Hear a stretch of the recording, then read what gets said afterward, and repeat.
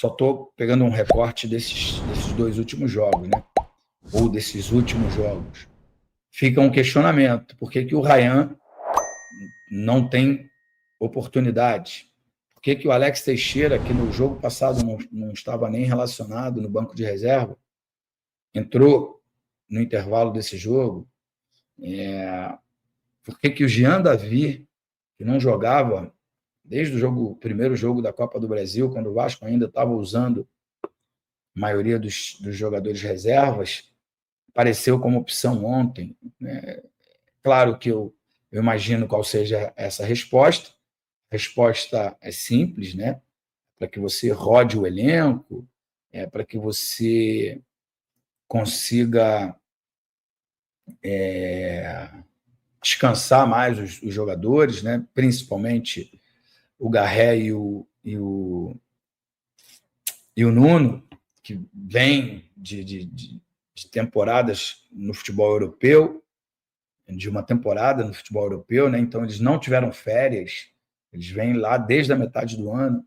Tudo bem que eles vão ter que deveriam sentir isso no final do ano e não agora, mas a explicação é que Portugal, por exemplo, onde jogava o Nuno, é um país pequeno, o deslocamento é menor, o clima é quase que igual, oscila muito pouco aqui, né? Você ora vai para o sul, ora vai para o norte, e a mudança de temperatura é muito drástica. O deslocamento também é muito alto, dependendo do lugar que você vai, e isso gera um estresse, um cansaço. A cobrança de time grande também faz com que o jogador, em algum momento, diminua aquilo que ele sabe fazer de melhor, que é jogar futebol. Eu super entendo, mas não acho que isso deve ser usado como desculpa. Acho que isso foi até uma pergunta de um jornalista.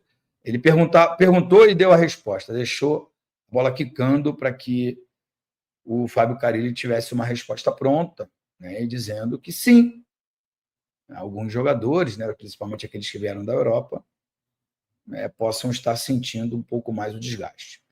Mas o Felipe Coutinho já está no Brasil há 1 ano, o Payet está há 2 anos, e mesmo assim eles não conseguem ter uma sequência, não conseguem jogar, não conseguem ser produtivos. O Felipe Coutinho até tem melhorado o seu desempenho aí nas últimas partidas. Vamos ver como ele se comporta no sábado, porque é no jogo grande que a gente vê os grandes jogadores. Aliás, a gente se torna grandes jogadores quando a gente faz a diferença, quando se faz a diferença no jogo grande. Então, vou torcer para que o Felipe Coutinho consiga deslanchar, fazer gol e ser o grande protagonista da equipe do Vasco da Gama no clássico de sábado. Clássico esse que ganhou ingredientes, né? Porque Bruno Henrique, esta semana, se viu envolvido aí em uma grande polêmica. Tem a polêmica do Payet também, que foi citado aí em alguns programas. Eu acho que até que se prove o contrário, os dois são inocentes.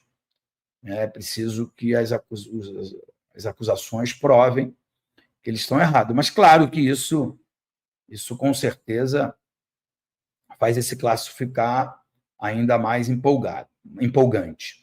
Eu não estou querendo falar do clássico, porque se a gente começa a falar do clássico, a gente esquece tudo que aconteceu ontem no Castelão, e a gente não pode esquecer, não pode mesmo.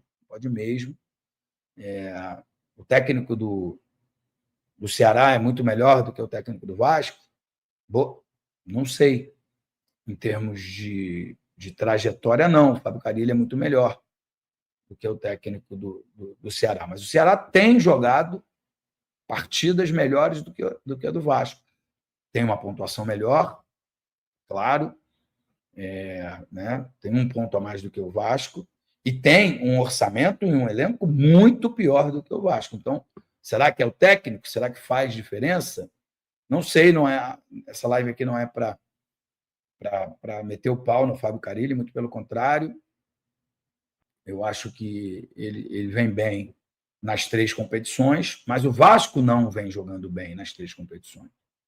Na Copa do Brasil, os adversários foram muito fracos até aqui. O Campeonato Carioca nem se fala, né? Foi horrível.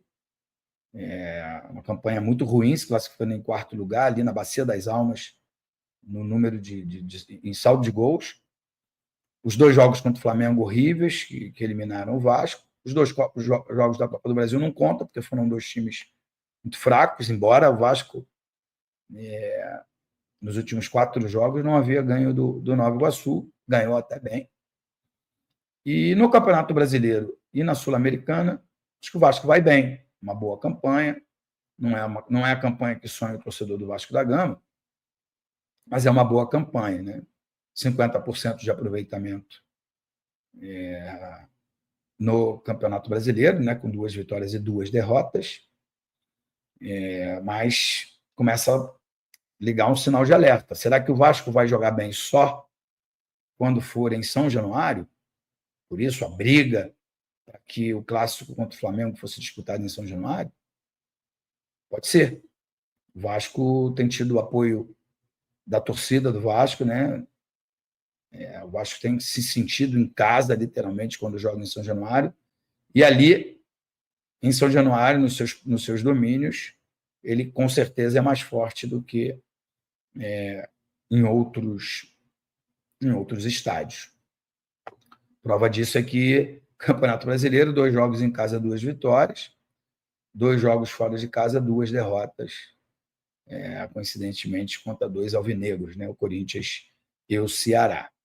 Então, a gente tem que ficar atento a tudo isso, a todos esses detalhes, porque eu ouvi alguém dizer que vai ter uma sequência de 7 jogos que o Vasco vai jogar fora de São Januário, num futuro próximo aí. Primeiro porque tem aqueles 2 jogos que são fora de casa pela Sul-Americana, e tem 2 jogos do Vasco da Gama que o Vasco vendeu o mando de campo. Eu acho que é nesse período, porque não é possível que um time fique 7 partidas seguidas sem jogar em casa, a não ser que tenha vendido o mando de campo.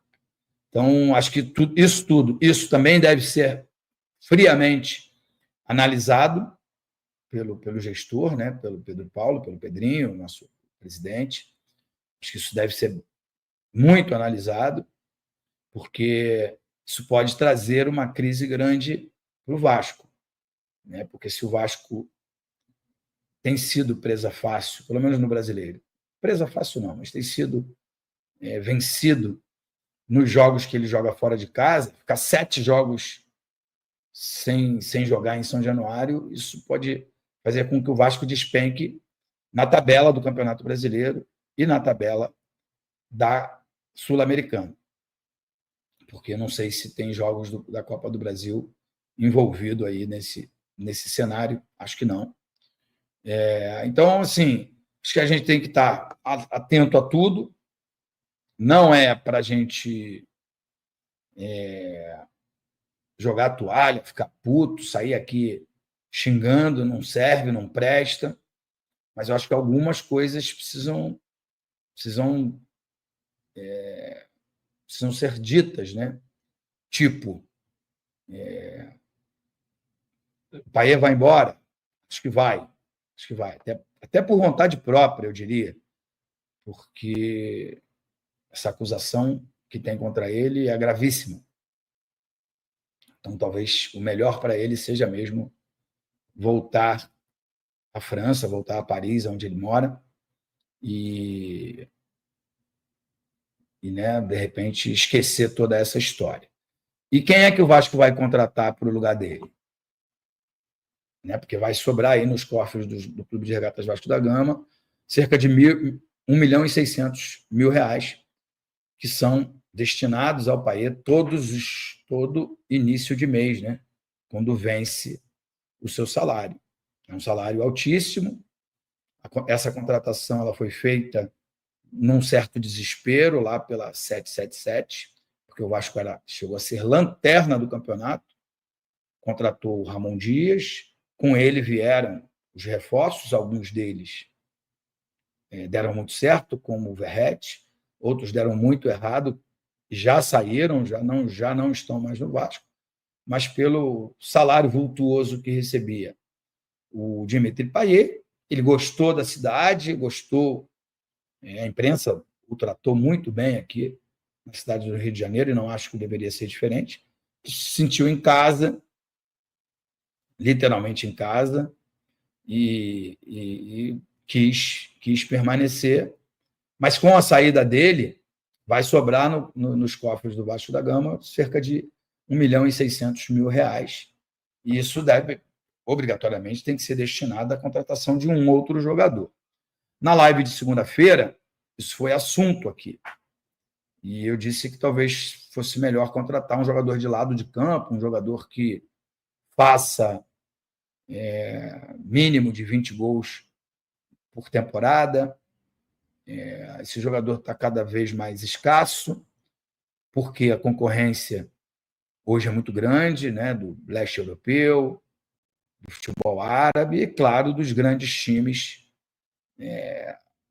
do futebol europeu, principalmente agora que os maiores foram eliminados. Hoje foi eliminado o Bayern de Munique, Real Madrid, e esses times, Manchester City já havia sido eliminado, e esses times têm muito dinheiro em caixa, então os grandes jogadores vão estar na mira desses times que têm mais dinheiro. Tirando a concorrência aqui no Brasil, que é gigantesca também, né? A gente está falando aí de clubes como o Flamengo e Palmeiras, que arrecadam mais de 1 bilhão por ano, e quando aparece a oportunidade de contratar, quando aparece a oportunidade de ter livre no mercado um grande jogador, são esses os times que se habilitam para contratar, né? Salve, torcedor do Vasco, sejam bem-vindos ao canal Vasco Full. Todos os dias tem conteúdo exclusivo do Vasco aqui para vocês. Antes de falar as notícias do Vasco, deixa aí o seu like, se inscreva no canal, ativa o sininho das notificações, assim você não perde nenhuma notícia do Vasco da Gama. O Vasco que perdeu do Ceará, lei do ex aí aplicada, Pedro Raul marcou 2 gols e o Carille segue na corda bamba. Você acha que o Carille tem que ser demitido do time do Vasco? Deixa aí a sua opinião, deixa o seu comentário, o que você acha sobre isso, se o Vasco vai dar sequência pro Carille ou não. Deus abençoe cada um de vocês, tamo junto, forte abraço e vamos Vasco!